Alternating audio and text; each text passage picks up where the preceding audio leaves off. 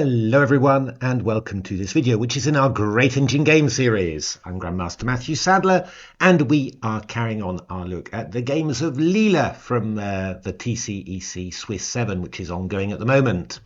This time we're having a look at Leela's game against Obsidian, and Obsidian's programmer is aged just 16, and there's a nice interview with him in Chess.com if you want to take a look at that.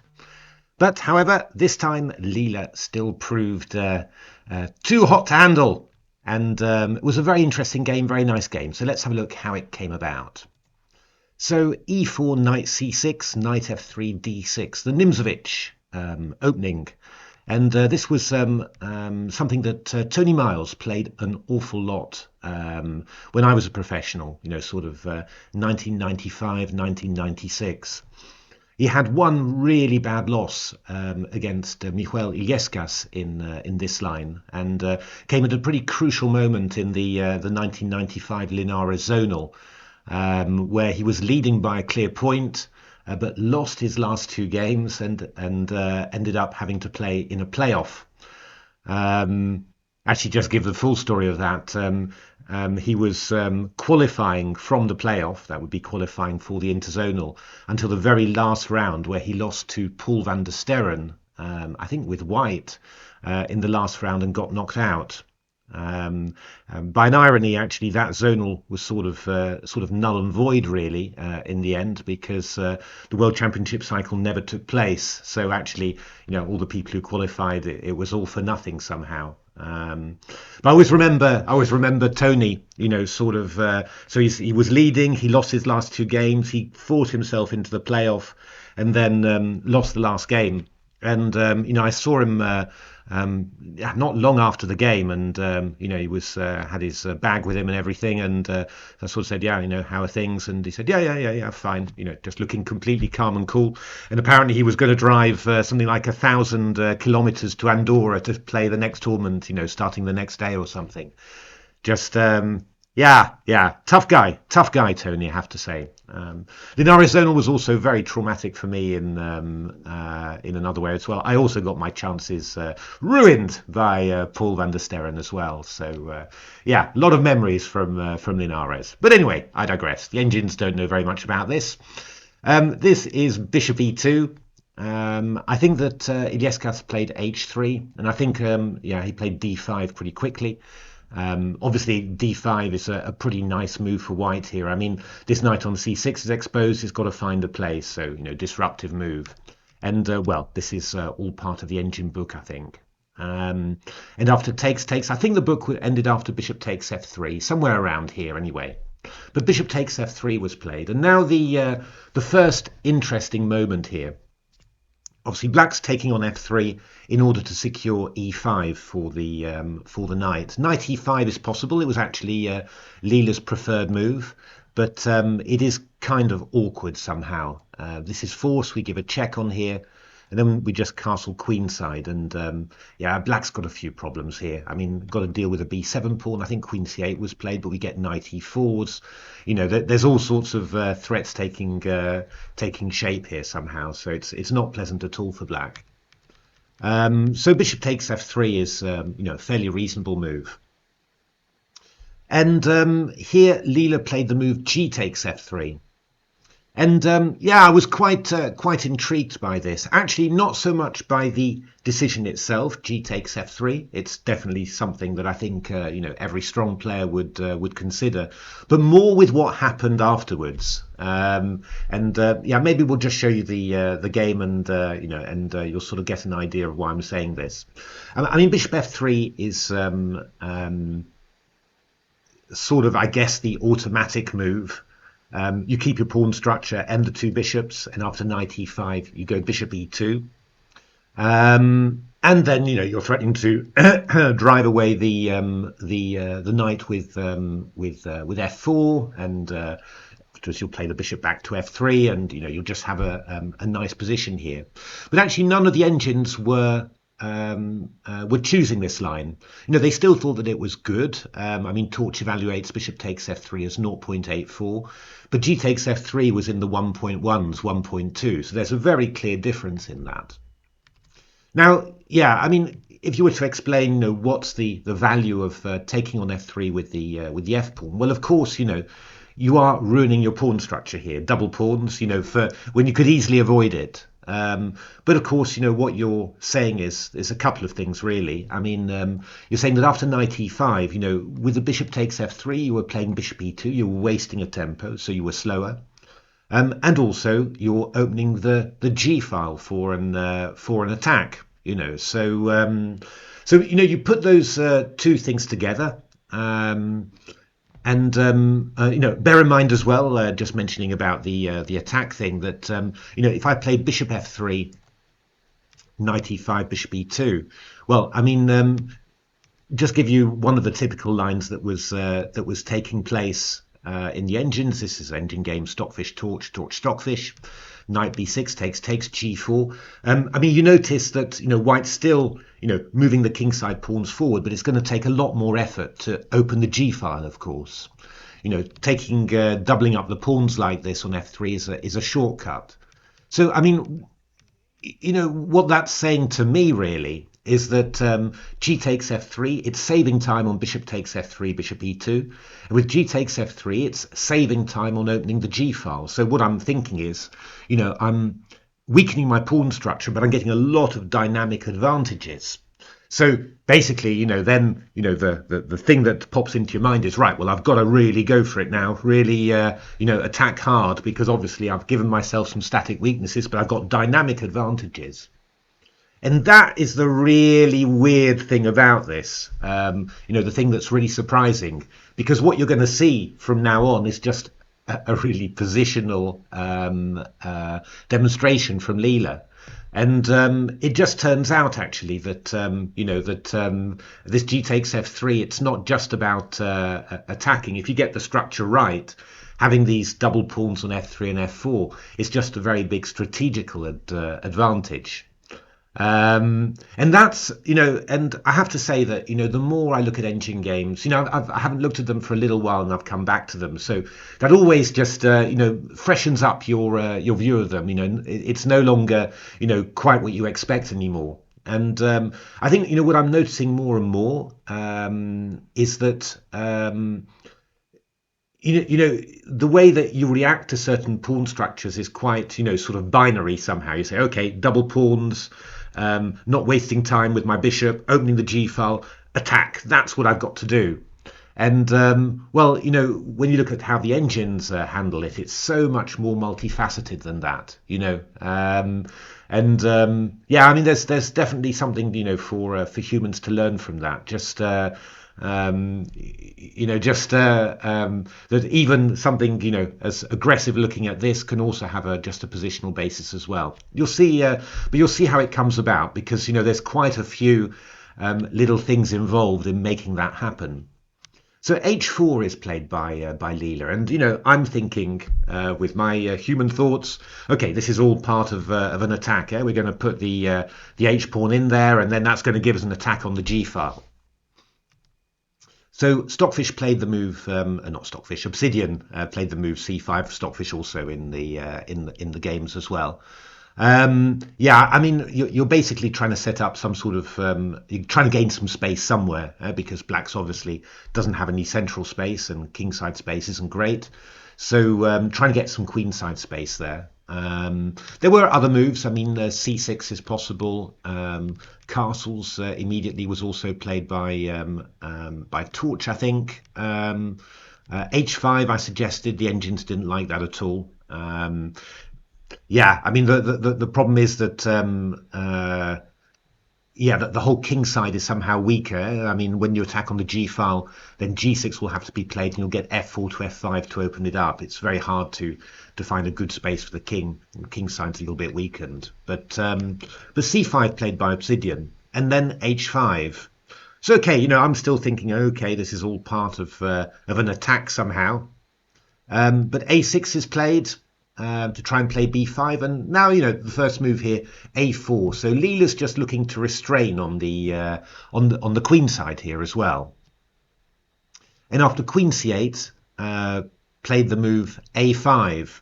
And you're thinking, okay, but this is not about an attack at all, really. You're just here, you're just restraining the queen side here now.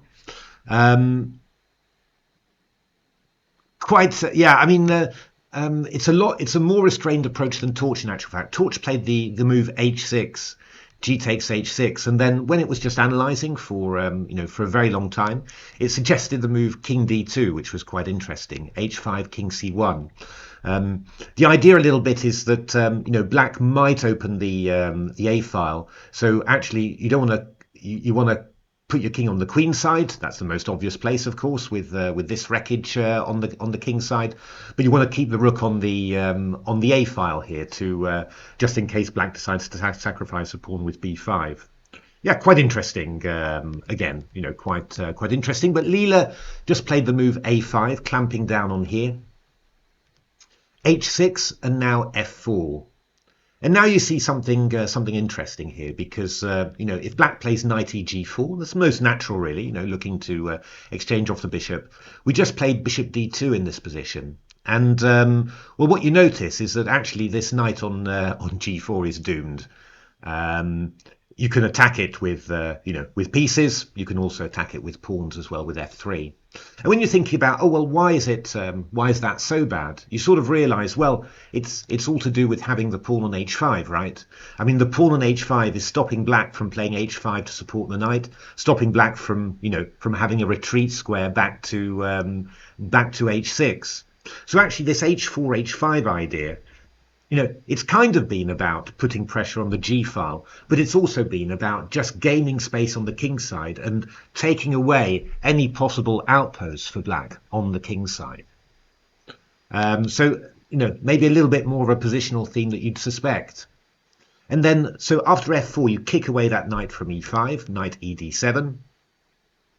I mean, notice as well, by the way, that after knight eg4, bishop d2, if your pawn was on g2, if you just had proper pawns, then well, you wouldn't be able to chase that knight away with the pawn. Having double pawns like this gives you f2 to f3 to attack the knight on g4. So yeah, and once again, these double pawns are actually having a really good strategical value in terms of stopping the black pieces from getting established on the king side. But of course, it's all hanging together with this move h4, h5. And, black could have stopped it by playing h5 himself, but that would have really weakened the king side. Trying to keep it just, a little bit under wraps, the king side. It allows white to gain space and stops black from ever being able to establish the knights on the king side. So after knight ed7, now quite a stunning move. Again, I'm thinking, right, well, okay, I'm not quite sure why I played a4 to a5. That's on the queen side there. I would have been thinking of the king side, but it's time to start, trying to pile in through the G file now. Let's go. No time to waste. But, yeah, Leela played the move knight b1.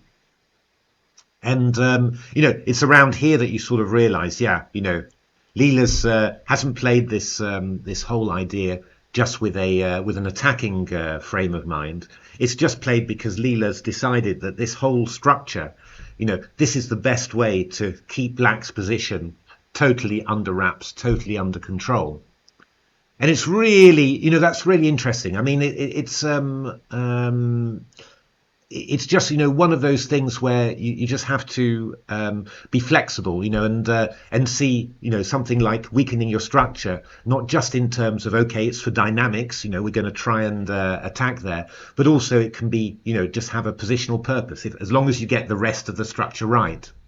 If you hadn't got the pawn on h5, it wouldn't make half as much sense. If you weren't restricting the black queen side, preventing black from, from really, coming through on the queen side, gaining space, it wouldn't make as much sense either. But it all just fits together like this. So, Obsidian castled, and now c4. This is the idea. We're going to, we're reinforcing the pawn on d5, making sure that these knights are just not going to get anywhere. b6, we take, and that's the point of a5. You can't play b5. If you take off, you've got to you'll have to sort of accept a ruined pawn structure. Now, of course, the b file is open, but it's only really going to be useful if you can yeah, if you can really combine that properly with, with pieces, a bishop on the long diagonal and everything. And you can try, but yeah, the king side, black's king side is pretty weak. Yeah? The long diagonal is pretty rough here. Yeah, there's all sorts of possibilities of lining up on this pawn on g7, that you've made backwards. So I mean that kingside attack could easily return if black starts moving pieces away from the king side. I mean that's the other point to it. There's the Leela's main focus here is control and keeping control of the position, but that kingside attack, the dynamics, the thing that I was thinking about, that could easily return if black starts trying to to work at white's bind here. So queen d3 played, already teeing up possibly with a bishop d1 to c2 to attack h7, and this bishop d1 c2 is also quite nice because you can also then play the pawn to b3, put the b pawn on a protected square, and any black pressure that black has got on the b file isn't that worrying anymore. So that's quite a nice idea. a5 played, king f1. So just unhurriedly putting the king safe. The king's probably going to go round to g2 here. Rook d8, and now a slightly weird move, knight a3. I'm not quite sure why you wouldn't go knight c3 immediately. To be honest, that looked like quite a reasonable move. But Leela decided to play knight a3. Why not? Knight e8. Yeah, I mean, to be honest, if I was going to play a plan, I would have played either knight d7 or knight h7, with the idea of trying to put a knight to f8 and then a bishop to f6, especially because this knight's gone to a3. If the knight's on c3, then bishop f6 can be met by knight e4, which is a little bit annoying. But Leela played knight a3, so this is possible. But yeah, again, this was a game Stockfish Torch, and Stockfish not worrying at all about that pawn on b2. Now it is, and I mean the game just continued. You just sort of Stockfish just sort of increased its position, and then as we've seen so often, just ended up striking back on the queen side. Black's trying to gain space, and white just says, oh, okay, I'll have that as well then. But that would have been my preference, I think. I mean, Obsidian does organize itself so that it could do that. It goes knight to e8. So that knight's coming round to c7 to try and deal with knight b5. And then, well, if a knight's going to come round to f8, it will be the b6 one. Also not silly. Bishop d1, knight d7, bishop c2, and knight f8. So yeah, black has actually got that that h7 square covered and has allowed the bishop to come round to f6. White has got this bishop on c2, so you will be able to play b3 and just hold the queen side if you need to.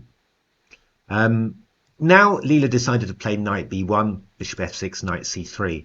And I mean that's quite funny in another way, really, because I was for me, again, I was thinking about g takes f3, dynamics, and actually Leela's just end up wasting time with knight a3, knight b1 to c3, for a reason that I can't really explain to you.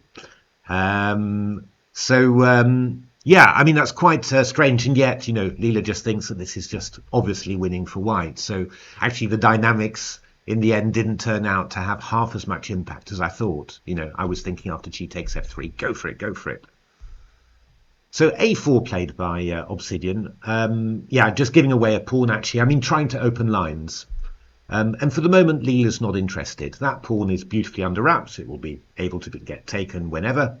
But we're just going to do a few moves to get ourselves together. So rook d7.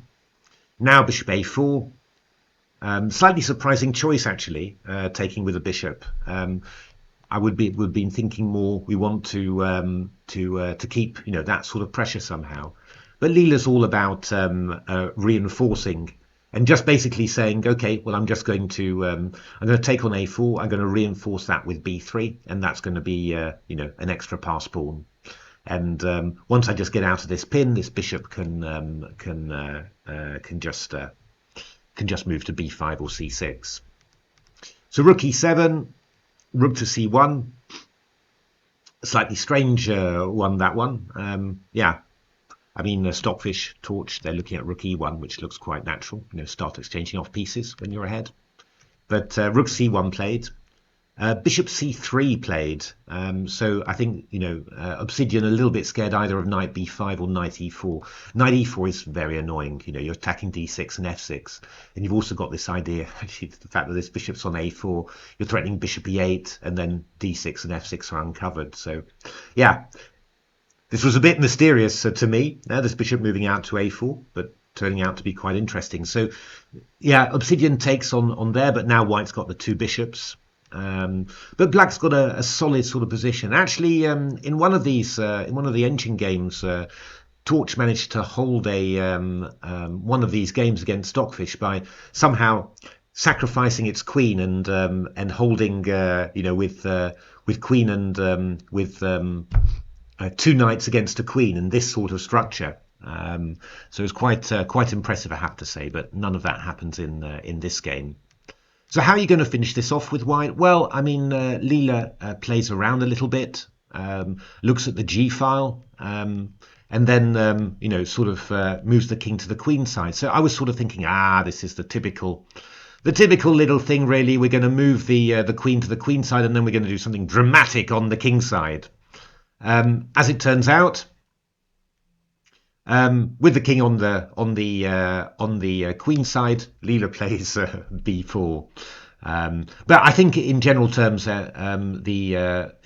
simply it does turn out that the queen side is probably the safest place for the king. I mean, if you've got the king on here somehow, when you open up the position, there's all sorts of invasion points. I mean, h5 is weak if the queen moves away. Here, actually, the king is surrounded by more pieces, but it's just a little bit weird to put the king over there, the place where there's open lines, where Black was sort of thinking, this is where my counterplay is, and then to move the king over there and break on the queen side. It's not 100% obvious.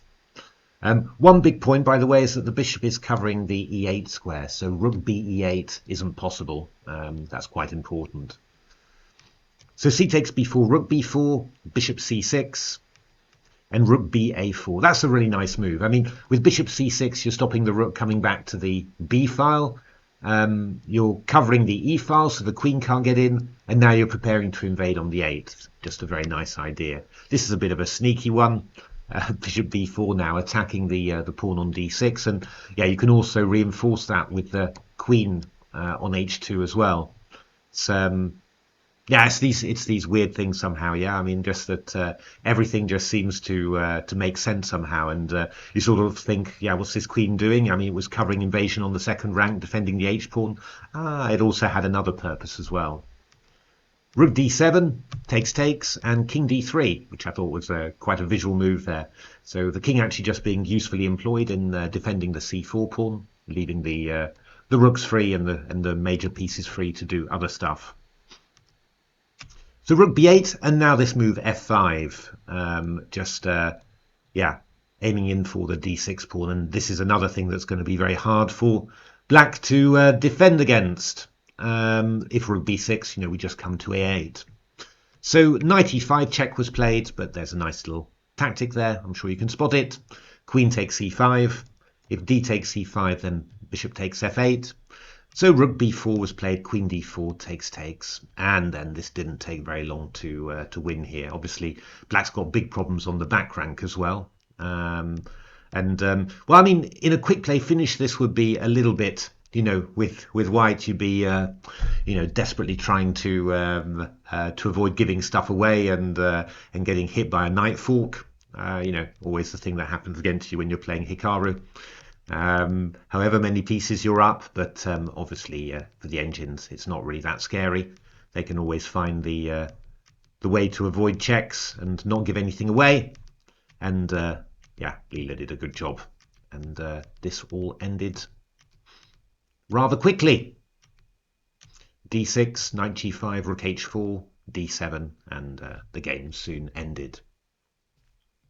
I thought that was really, really interesting somehow. I mean, I always like it when I see stuff that where I think, I didn't have that quite right, and again, it's not that the move g takes f3 is unusual. I mean, you see this in these type of positions, you see it an awful lot somehow.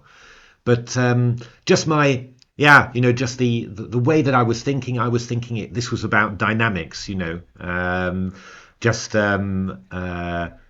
you were accepting a bad pawn structure and you were going to have to attack then, and that was the big idea. So to see, Leela playing it so excessively calmly, really, gaining space on the king's side, just knocking away any sort of ability for black to establish a piece on g4, to establish a piece on the king's side, then making sure that the queen side's never going to get free, just clamping down on that, and then just calmly, instead of just looking to castle queen side and start hitting the g pawn, Leela just takes a large number of moves, just to solidify its center and just prepare itself nicely for the lovely squeezing struggle ahead, and even this move knight a3, I don't understand at all why you play the knight to a3 rather than c3, but even that didn't matter one single jot for Leela. There were actually no dynamics in the position the way that Leela played it. You could just afford to do that and then just play knight b1, knight c3, and nobody's looking. It reminded me very much. I once played. I beat Michael Adams in Tilburg, 1998. Probably one of the biggest tournaments I've ever played in. And at one stage, I played my bishop to d2, and then I suddenly thought, that's not right. I mean, I want to play a move rook a2 along the second rank. So I played bishop to d2, and then the next move I just played bishop c1 and played rook a2. And somebody very strong asked me, but why did you do that? And my friend Jeroen Piquet, Dutch grandmaster, said, he said, why did you waste those tempi? And Jeroen said he didn't need those tempi. That was the thing. And indeed, I mean, I could give away a couple of tempi in that position. I was so in control, it didn't matter at all. What was more important was getting the pieces in the right place. And this reminded me very much, Leela's played knight wasted tempo with tempi with knight a3 to b1, but Leela didn't need those tempi, had plenty enough to win the game. So there we are, very, very interesting. As always, the engine's just showing more facets. You think of as a human player, you tend to be slightly, one dimensional. You see a certain idea and you say, okay, well then I'm going to try and do that afterwards. Whereas the engines just seem to be able to do everything, whichever continuation they choose, really. But this was very, very interesting indeed.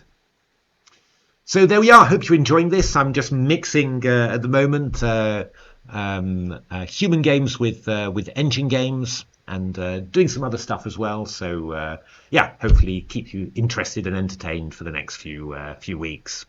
So thanks very much, everyone. Do subscribe, give a like if you're enjoying this, and hope to see you at the next videos. Thanks for watching.